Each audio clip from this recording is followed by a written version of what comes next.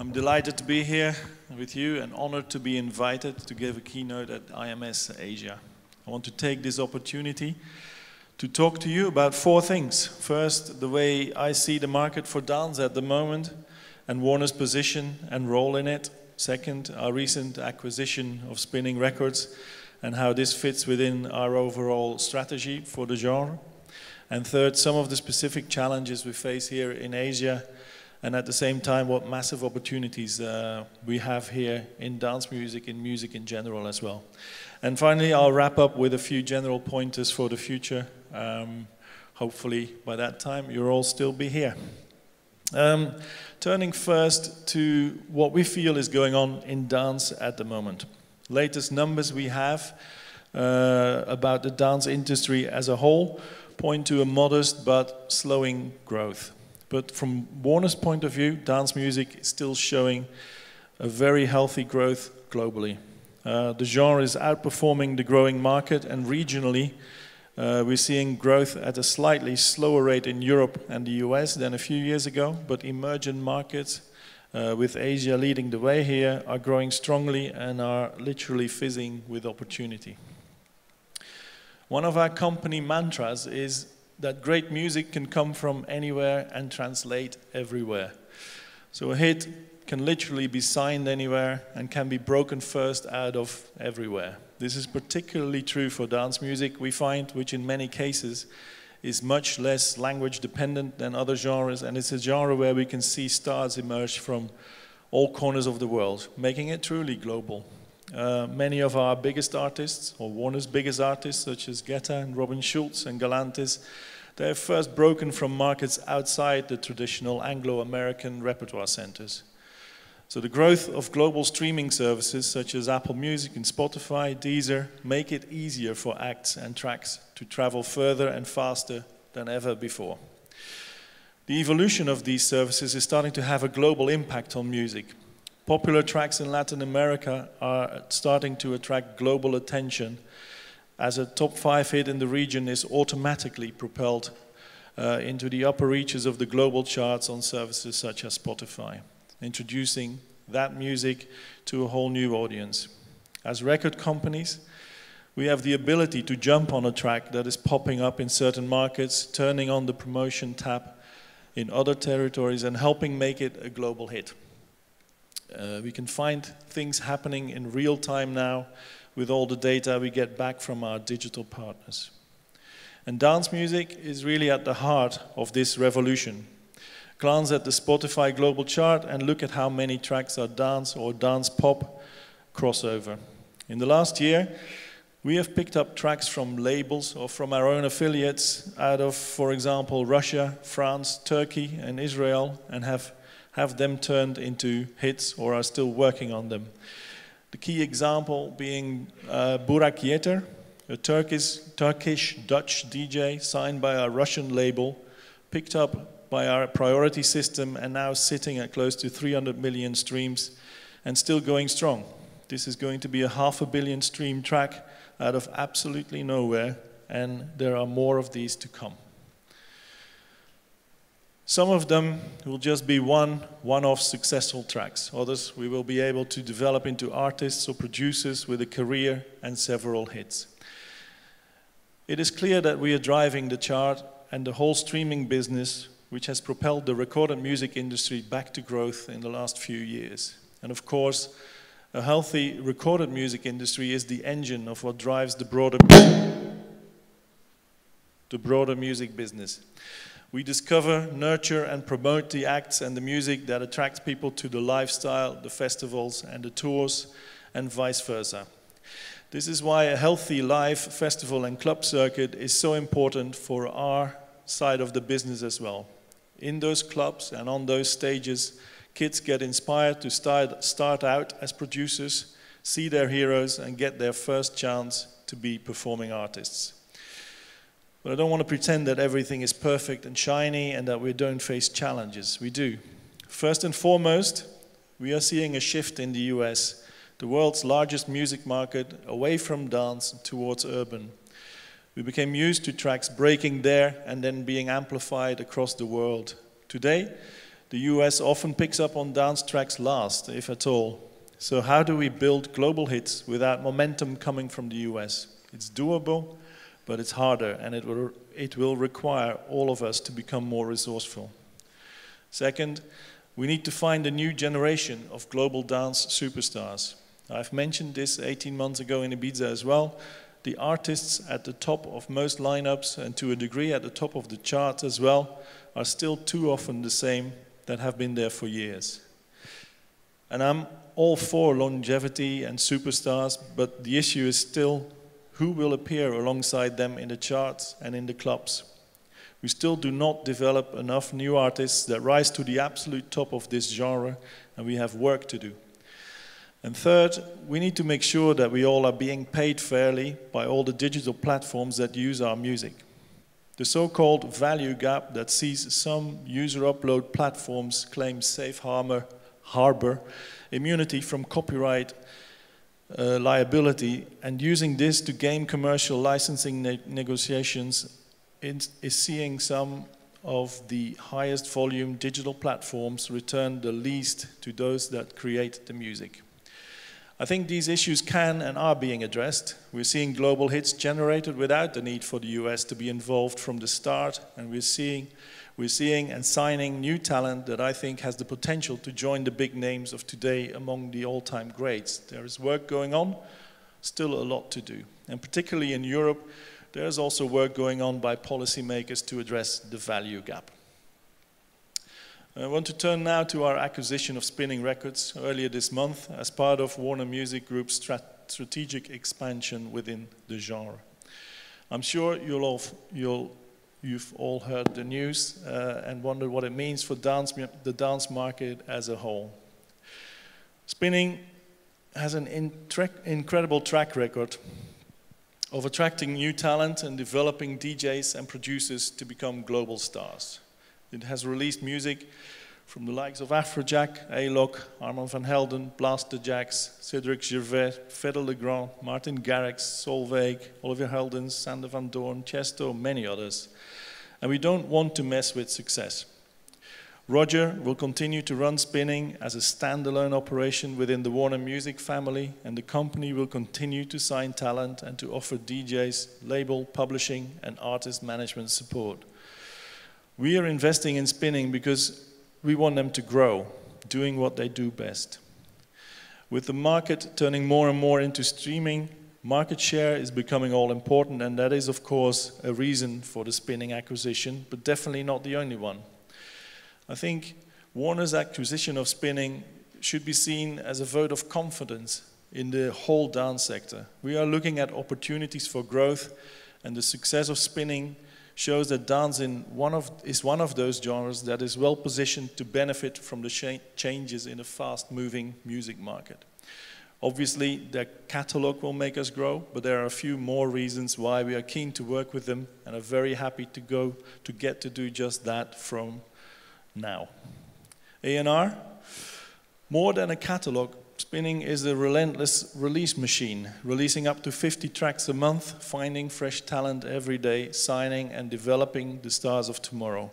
They're doing a great job of that, and we think we can help them develop this even further.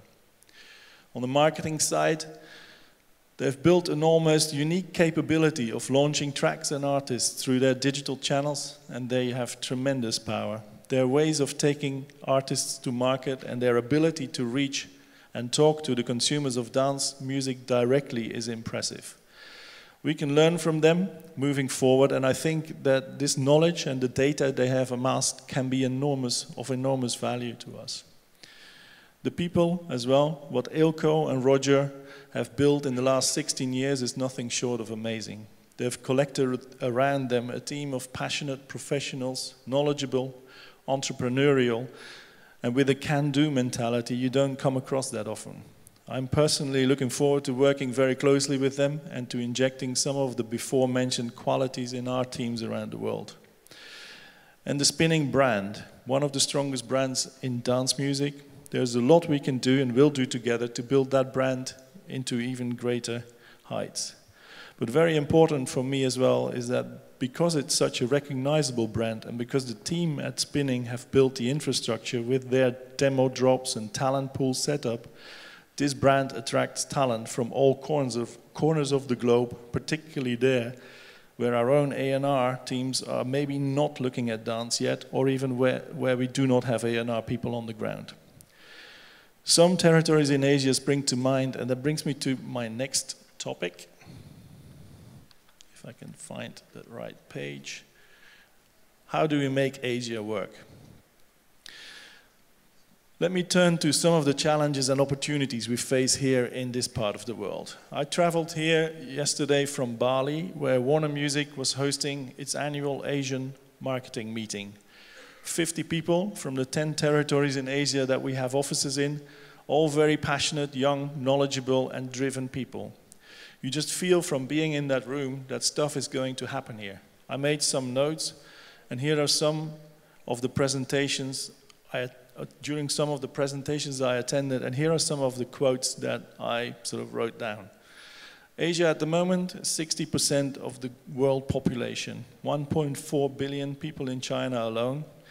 China is moving up the ranks of the global music market at a speed seldom seen before. Our head of the region predicts it will be a top 3 global market within the next 3 years. Asia is definitely a growth driver for Warner Music Group. Now, trust me, I've lived through the dark days of the music industry in the early years of this millennium, and I sat in rooms full of doom and gloom and desperation, looking at graphs predicting our annihilation of the music industry. And I can't tell you how amazing it is to experience the opposite now. But let's not be complacent. There is so much to do, and it all needs to happen very fast. So what are we at Warner Music working on? First, on the people side, we have boots on the ground, offices in 10 markets in Asia, and what is very important for the region as well, we are the only major that has an Asian head office and the Asian leadership team in the region based in Hong Kong. Not just popping in on the way to Australia or to Japan. No, a dedicated team, dedicated leadership, taking care of business where the business is happening. With regards to the partners we work with, you know, although the markets in Asia are all at different levels of development and very considerable as to where their turnover is coming from, it is very clear that streaming is the big opportunity here. We feel we have only just scratched the surface with streaming in this region, and when you look at the demographics, some of the numbers that are being predicted are just staggering. Warner Music is committed to working with all potential partners in this region to make sure opportunities are not lost. Again, people in all markets to work with our main global partners in the region, but more importantly, also with our very important Asia-specific accounts. On the talent side, all this potential people have been talking about for years and the last few days is now quickly becoming real. All the numbers you have heard over the last day, all the billions, trillions opportunities, they only become real if you also look after the talent. That one kid in his bedroom working away, learning his craft, making music, failing often but not giving up, we need to be out there to find these people and make sure that they get the opportunity to develop into the artists for the future. We need to speed up the development of our local talent. And I want to be clear, our mission is not simply to push American or European acts to an Asian audience. We want to invest in local talent and develop dance superstars from Asia who can attract and excite fans worldwide. We are working on signing our first DJs in the region, and our partnership with Spinnin will hopefully help us attract talent from all over the region. There must be huge untapped talent in countries such as China and India, where dance is still quite young, and in those billions of bedrooms, there must be kids who are discovering their talent as we speak. We're seeing dance events such as Sunburn and Storm attract huge interest and big crowds. The trick will be to convert that interest into a dynamic recorded music business as well in those countries that will also take local acts from the underground to the mainstream. So we are at an exciting time for the development of the dance business, I think, globally, but definitely here in Asia. And we are helping drive a revolution and recovery in the broader recorded music industry with all the benefits that this brings to the wider music industry. So to make the most of this moment, we need, as I've said before, to grow up and take our place at the heart of the modern music business. First, that means we need to stop navel-gazing. Stop setting major against indie, underground, against commercial. A genre as big and as adult as ours needs all kinds of artists, all kinds of labels to appeal to all kinds of people. Secondly, we need to stop measuring our success against others in the dance sector and start benchmarking ourselves against the biggest players in the pop and rock business. We are an important, if not more important, to the future of the music industry. So if that's what we should stop doing, what do we need more of? Well, record labels need to further up our A&R game. I said earlier that we need a new generation of superstars, so let's get out there, find the best new talent and nurture it.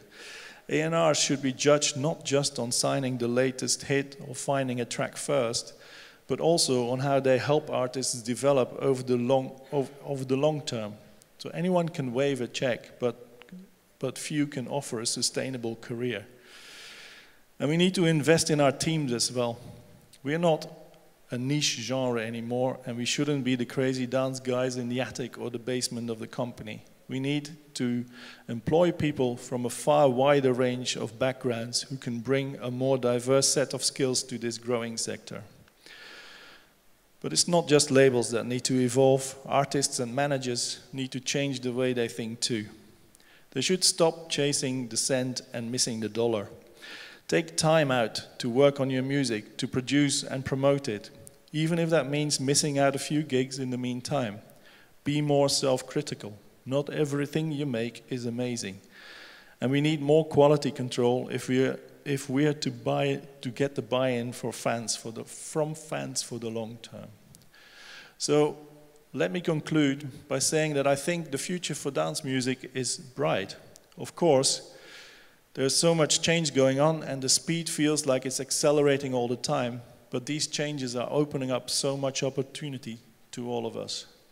I think we can just get if we can just get a few key things right, like broadening our artist rosters, build the dance music stars of the future, building and strengthening and diversifying our teams, and making sure we're fairly paid by all digital platforms, then I think the next few years will be the ones of growth and strength as we become a fully globalized business.